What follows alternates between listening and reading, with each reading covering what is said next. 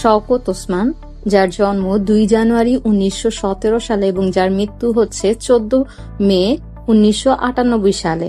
তিনি বিংশ শতাব্দী বাংলাদেশের একজন স্বনামখ্যাত লেখক এবং কথা সাহিত্যিক, যার জন্মসূত্র নাম হচ্ছে শেখ আজিজুর রহমান। তিনি বেশ কিছু উপন্যাস, নাটক, ছোট গল্প, কবিতা রচনা করেন। কৃতদাসের হাসি নিয়ে আমি বলতে পারি, যেমন এই গল্পটা আমার ভীষণ ভালো লেগেছে এবং সত্যি পড়ার মতন একটা বই। এই বইটি মূলত উনি রচনা করেন 1961 সালে এবং এটা প্রকাশ পায় হচ্ছে 1962 সালে। এটি মূলত তিনি রচনা করেন 1958 সালে জেনারেল আইয়ুব খানের সামরিক শাসন ব্যবস্থাকে ব্যঙ্গ করে। এটা আসলে একটি রূপকধর্মী প্রতিবাদী উপন্যাস। এই গল্পটিতে উনি একটা হাসির মাধ্যমে কিভাবে প্রতিবাদ করা যায় সেটাই উনি প্রকাশ করেন।